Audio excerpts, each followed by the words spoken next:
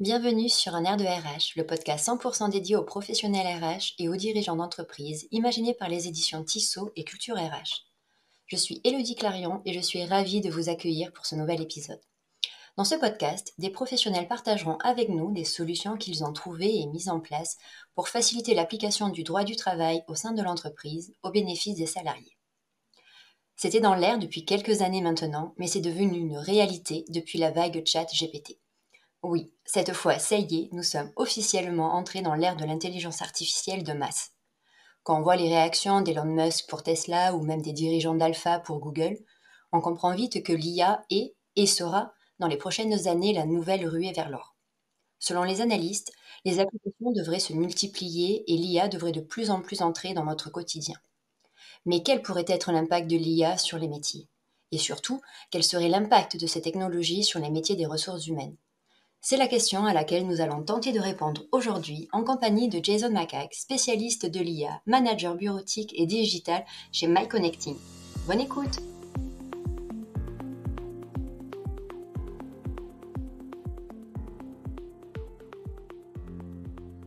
Bonjour Jason, Bonjour Elodie, je suis ravie de t'accueillir sur cet épisode. ravi de vous rejoindre, toi et tous les auditeurs pour cette session qu'on va animer ensemble. Eh bien alors justement, pour commencer, est-ce que tu pourrais te présenter en quelques mots auprès de nos auditeurs?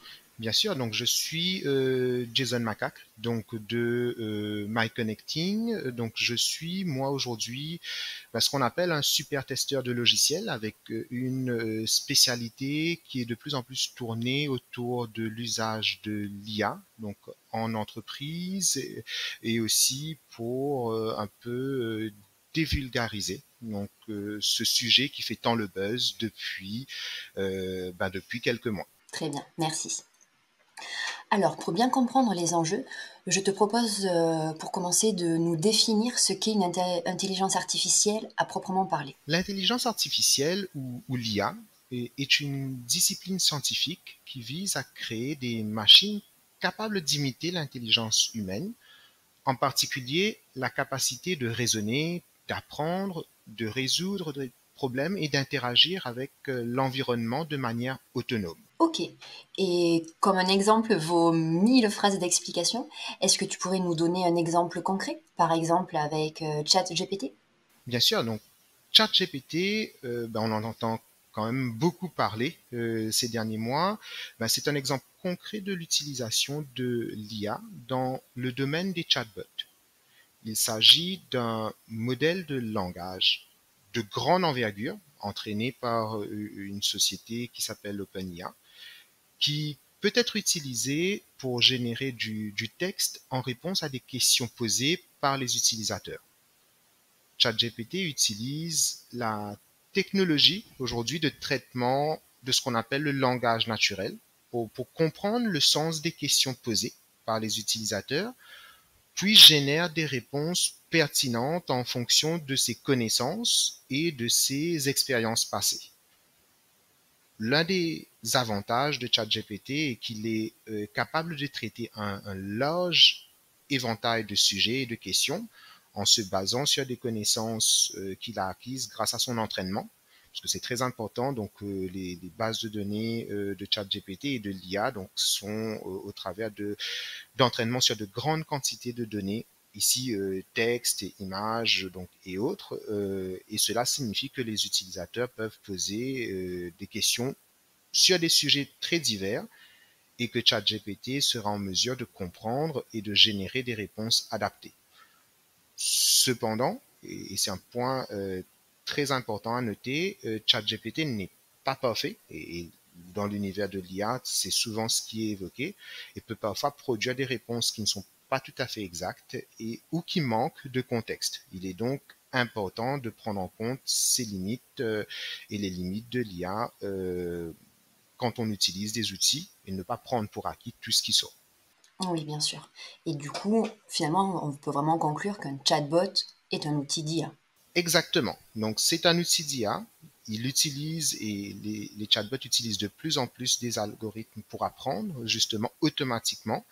et pour comprendre et répondre aux requêtes des utilisateurs. Et ChatGPT est le fer de lance justement de l'IA en termes de visibilité par rapport à un usage au niveau des chatbots. Ok. Et alors, est-ce qu'on sait déjà quel pourrait être l'impact des IA sur les métiers? Est-ce que cela va détruire ou, de manière générale, créer plutôt de nouveaux emplois? Alors ça, c'est une très bonne question. L'impact de l'IA sur les métiers est aujourd'hui encore largement débattu.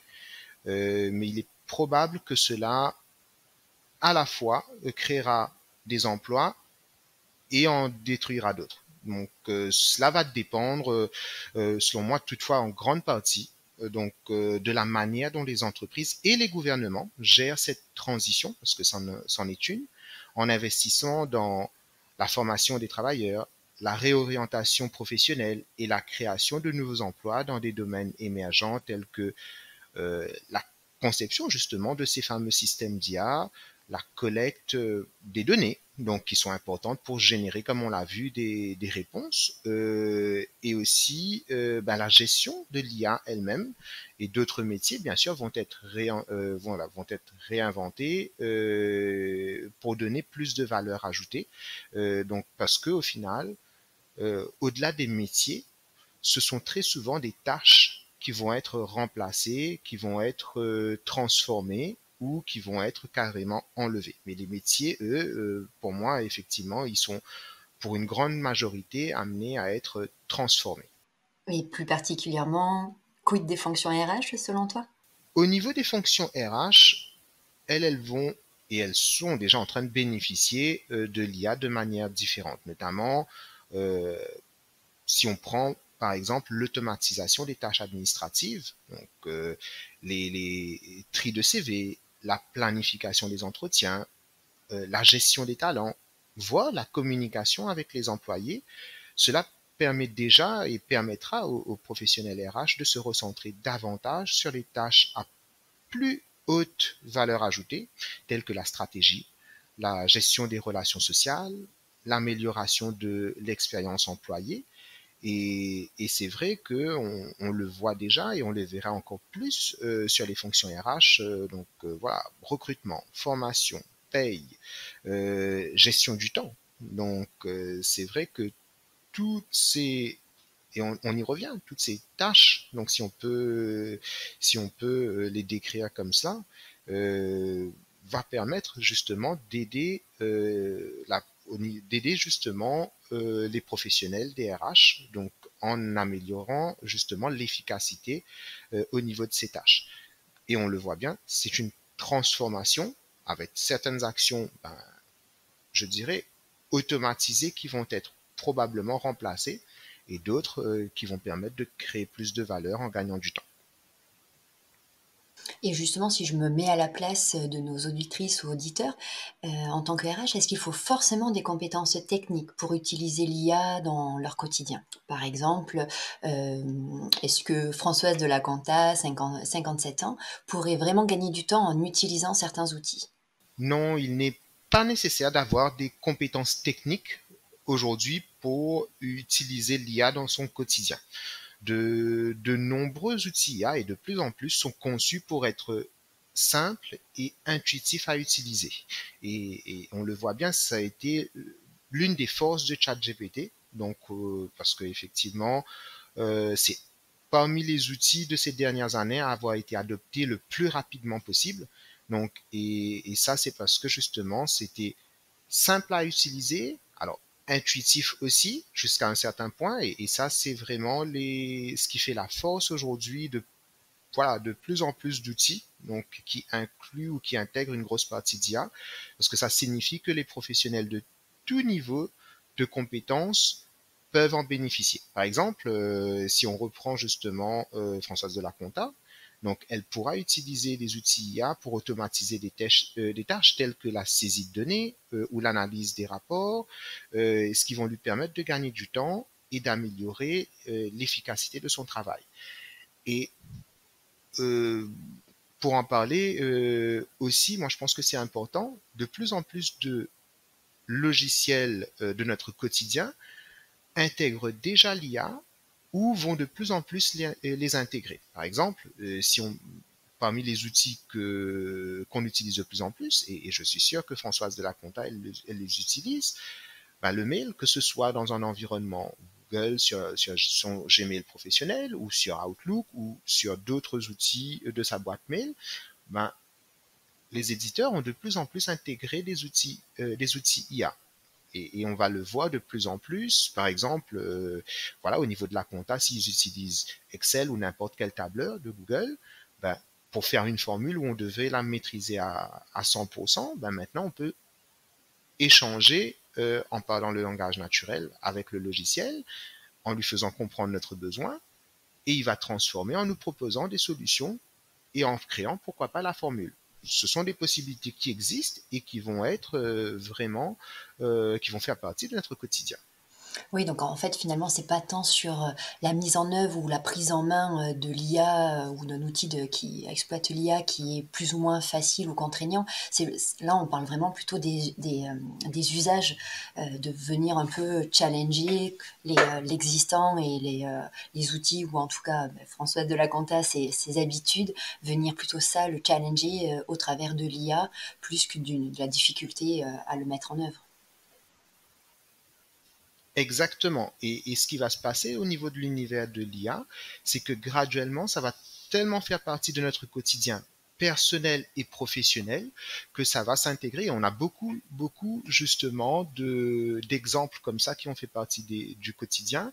Ben, on a effectivement des outils tels que Siri, tels que Echo qui ont fait partie justement de notre quotidien et qui ont changé la donne où on peut au niveau vocalement transmettre des instructions. Donc ça, il y a quand même une couche d'IA à l'intérieur.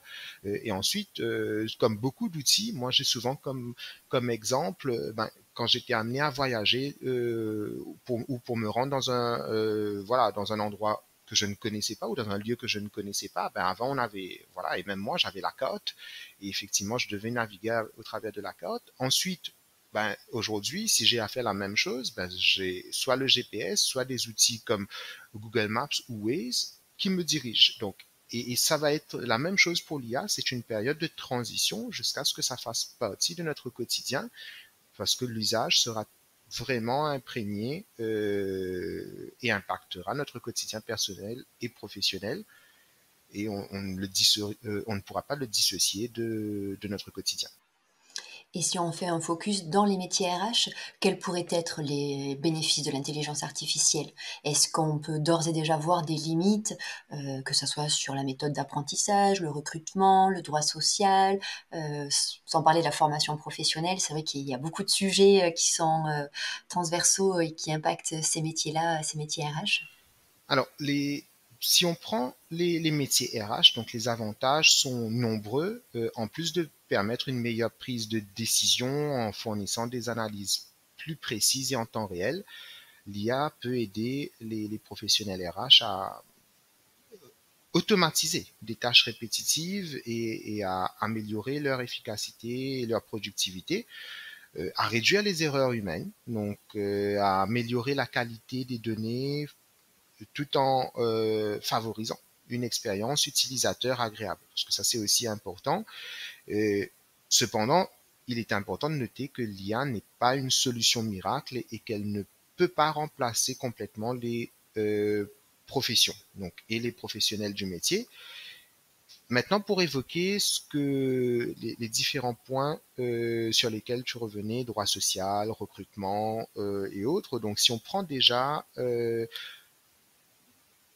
l'IA au niveau des méthodes d'apprentissage, donc elle peut être utilisée pour développer des programmes de formation personnalisés en fonction des besoins individuels de chaque employé. Elle peut être utilisée pour évaluer aussi les compétences des employés et pour recommander des formations supplémentaires, donc afin d'améliorer justement la formation ou la préparation ou l'organisation de la formation en amont. Et bien sûr, le but, c'est de s'assurer que les employés soient les plus performants et les plus compétents.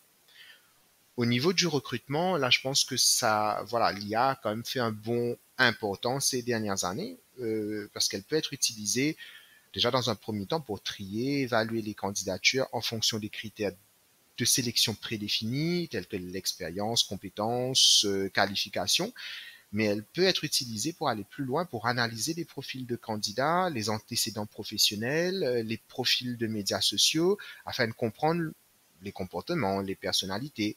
Et cela permet aux professionnels RH de trouver plus rapidement des candidats qualifiés pour un poste donné.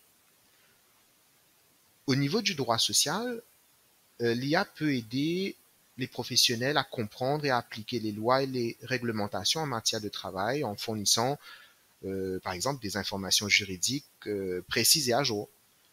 L'IA peut également aider les professionnels à gérer des dossiers employés tels que les contrats de travail, fiches de paye, en automatisant les tâches administratives liées à la gestion des documents. Euh, En matière de management, l'IA, pour moi, peut aider les responsables RH à mieux comprendre les comportements et les préférences des employés en analysant des données telles que les taux de participation, les commentaires et les évaluations. Cela peut aider les managers à mieux comprendre les besoins et les motivations des employés et à adapter, évidemment, leur style de management en conséquence. En formation professionnelle, l'IA peut aider à créer, on l'avait évoqué justement sur la partie compétences, la personnalisation justement au niveau des besoins individuels, mais vraiment ça peut aller beaucoup plus loin en permettant d'identifier, ok, quand est-ce qu'il faut l'autonomie, fournissant des informations, les supports sur demande. C'est vrai que l'univers de la formation post-pré en lien avec le développement des compétences est un sujet là aussi où l'IA avance et évolue de plus en plus. Ok, bien clair pour les bénéfices. Et du coup, quelles en seraient à l'inverse les limites? Alors, au niveau des limites par rapport à l'IA, donc la première limite, c'est vraiment, moi je dirais, pas par rapport à l'outil, mais c'est par rapport à la crainte de l'IA, parce que c'est vrai, moi je le dis souvent, ça fait sourire, mais pour beaucoup, jusqu'à très récemment, l'IA c'était Terminator. Donc, et du coup, c'est ce qu'on avait en Oui, la tête. peur qui est derrière. Voilà, et toute la peur que cette science-fiction a créée, parce que l'IA c'était de la science-fiction pour beaucoup jusqu'à très récemment. Et jusqu'à ChatGPT qui a été voilà le sommet de l'iceberg et qui a fait découvrir à beaucoup de personnes cet univers encore très inconnu ou méconnu. Donc du coup la limite de l'IA c'est quoi? Donc parce qu'on parle de beaucoup de types d'IA, ChatGPT c'est par rapport au texte, maintenant avec la nouvelle version 4 beaucoup plus puissante, c'est aussi des images qui peuvent être générées. Euh, et ça permet vraiment de faire beaucoup de choses, mais les limites, déjà, elles sont, pour y revenir, la crainte ou la méconnaissance de ce que peut faire l'outil et la crainte du fait de croire que ça va remplacer mon job. Donc, ensuite, une fois qu'on a passé ce cap, la limite, c'est quoi? C'est la méconnaissance de l'outil dont j'ai besoin. Parce que l'IA ou les outils qui utilisent l'IA, ben, ils sont des milliers dans le monde aujourd'hui. Ils n'ont cessé d'évoluer et ils ne cesseront de continuer à évoluer. Et ce qui fait que ce sera la méconnaissance de savoir quel outil j'utilise pour quel besoin, parce qu'il y en aura tellement que ce sera difficile pour les non-initiés de cibler, ben là, est-ce que j'ai besoin de ChatGPT? Est-ce que j'ai besoin d'AutoChat ou d'AutoGPT? Ce sont les nouveaux outils qui émergent en ce moment. Ou est-ce que j'ai besoin, voilà, de Dali ou de Midjourney? Donc, et c'est toujours ce qui se passe quand on a le choix. Donc, on y reviendra sur être accompagné sur justement l'outil dont j'ai besoin. Et une fois qu'on a franchi ce cap, c'est être accompagné sur comment est-ce que j'utilise l'outil pour être autonome et comment est-ce que je le maîtrise pour gagner du temps, parce que les outils d'IA sont comme n'importe quel outil qu'on utilise. Le but, c'est de pouvoir gagner du temps au final, être serein et d'atteindre un objectif spécifique.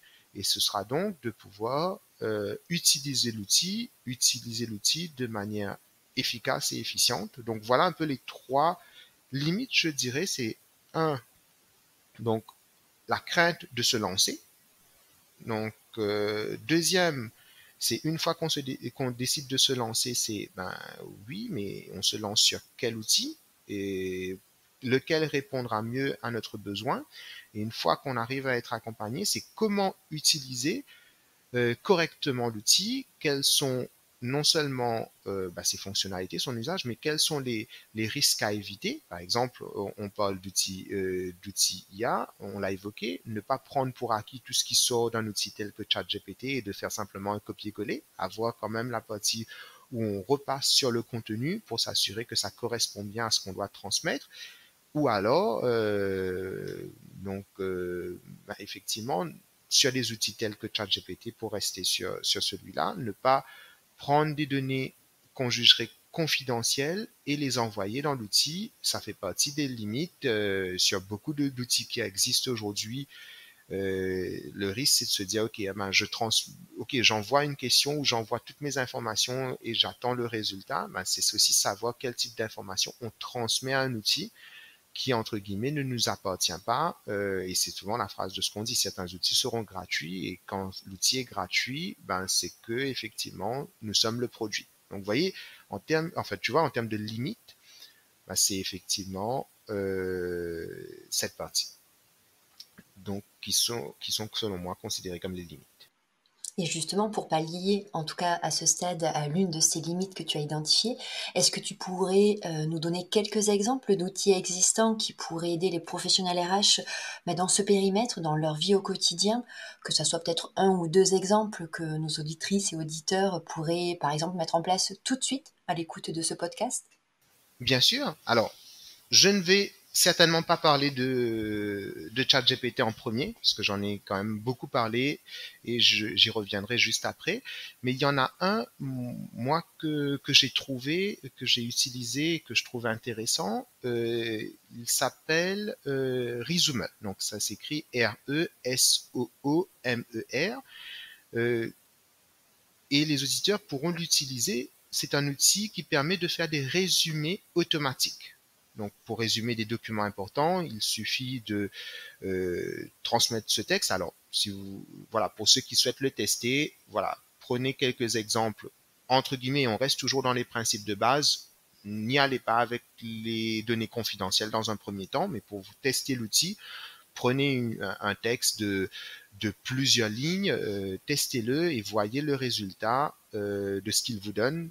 C'est accessible en ligne, il vous permet de synthétiser, de résumer. Vraiment, le résultat est bluffant. Donc, et j'ai voulu quand même évoquer cet outil parce qu'il est accessible en ligne, donc on peut le tester là tout de suite sans aucun problème. Et le deuxième, parce que c'est vrai que ça reste ChatGPT parce que l'outil il est très puissant. Alors la version gratuite qui a été mise en ligne depuis novembre de l'année dernière est toujours accessible. Donc il suffit de créer un compte et ensuite on peut y avoir accès. Bien sûr, vu le nombre de personnes qui l'utilisent dans le monde, il peut y avoir des délais de latence. Donc ça c'est tout à fait normal. Mais l'outil est très puissant. Moi, je l'ai utilisé pour rédiger un mail, par exemple. Je lui donnais les idées. Là où je bloquais, ça permet de rédiger un mail avec quasiment aucune, voire zéro erreur. Je lui ai demandé de traduire justement ce mail dans une autre langue, donc il l'a fait en quelques secondes. Je lui ai demandé vraiment de faire il peut là aussi, ChatGPT peut résumer des textes énormes et faire des synthèses. Donc, ce qui fait que l'usage, et ça c'est ce qui est important, c'est vraiment se réapproprier un outil en sachant, OK, où est-ce que je pose les questions, comment est-ce que je peux faire, mais voilà, pour vous en donner deux, vraiment, moi, c'est ce que je recommande. Donc, Resume pour tester la synthèse de documents et voir le potentiel. Et bien sûr, ChatGPT, pourquoi? Parce qu'il a un usage multiple. Donc, et on peut en faire quand même, voilà, de très belles choses, à condition, bien sûr, dans les deux cas de figure, de vérifier le résultat avant de l'utiliser ou de l'exploiter. Ok, super. Eh bien, merci beaucoup pour toutes ces informations et surtout ces bonnes pratiques à mettre en application. Merci à toi, Elodie. Je te souhaite une bonne journée et à très bientôt. Bonne journée, à très bientôt. Au revoir. Au revoir.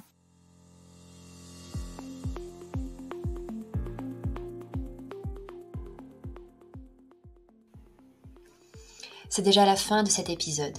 J'espère qu'il vous aura plu et que l'expertise de Jason vous aura éclairé sur ce sujet de l'intelligence artificielle.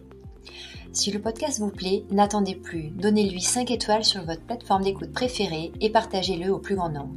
Merci à vous de nous avoir écoutés et je vous donne rendez-vous très vite avec le prochain épisode.